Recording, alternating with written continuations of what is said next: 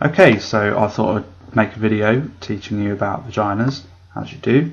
To help me, I drew this grey person, and you can see that this grey person, look, has a vulva and bladder and womb and uterus and stuff. So I'll just recap you on all of that stuff. So this is a side-on picture of the vulva and female reproductive organs, I guess. So on the right there you can see there's the ovary, that's where eggs are released, the fallopian tube, the eggs go down, and there's the womb or the uterus where fertilization and babies happen. Then more importantly for this video, on the left you can see there is the clitoris. You might have seen in the other video that it's much bigger on the inside than it is on the outside, so you can see the small kind of P shape at the top is the bit you can see on the outside, but inside it's really, really big. More on that in a bit. Beneath that is the urethra, where wee and female ejaculation comes out. Again, see the other video. It's to do with the prostate gland. You can see there is the G-spot area, which is the upper wall of the vagina. Might talk about that in a bit. There is the vagina, and there is the cervix. So you can see all that together.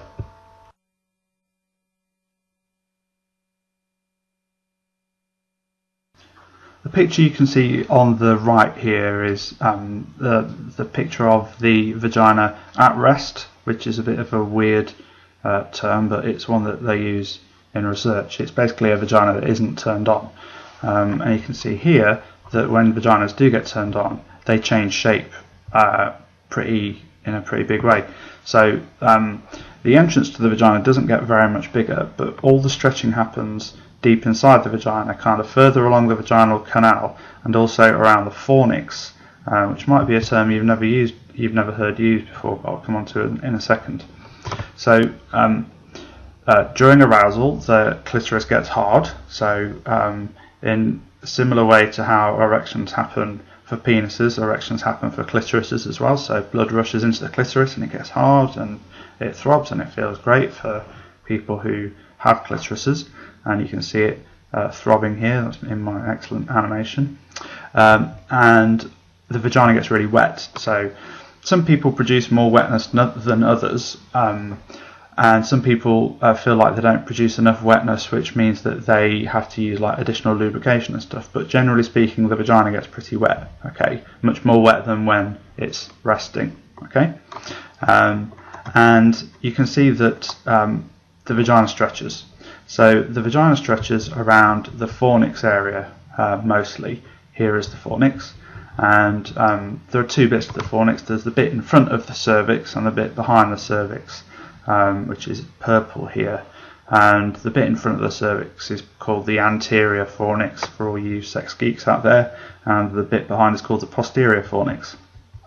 This is the bit where most of the stretching happens. Okay, so if you're going to have entry sex, if entry sex is your thing, and you like doing that with penises or fingers or sex toys, I'm using a sex toy here in this particular video, you can see that when the vagina is really, really aroused, the sex toy moves into this space called the fornix and it stretches it. Okay, so it moves either into the anterior fornix or into the posterior fornix, and depending on where the sex toy or penis or fingers go, kind of depends on the shape and the size and in what position you're in. So this is why some people like to have sex in particular positions. So being in front or behind or on top might feel more comfortable for somebody if they prefer the penis or toy or fingers to be in a particular place. You can also see here that the cervix actually gets pushed up during sex, particularly when when the toy in this case goes into the posterior fornix. So there's an awful lot of movement and stretching and stuff inside the vagina, which a lot of people don't really realise. Why am I telling you all this? Well, first of all, it's really important to understand how the vagina works, and I think it's important to understand how your body works.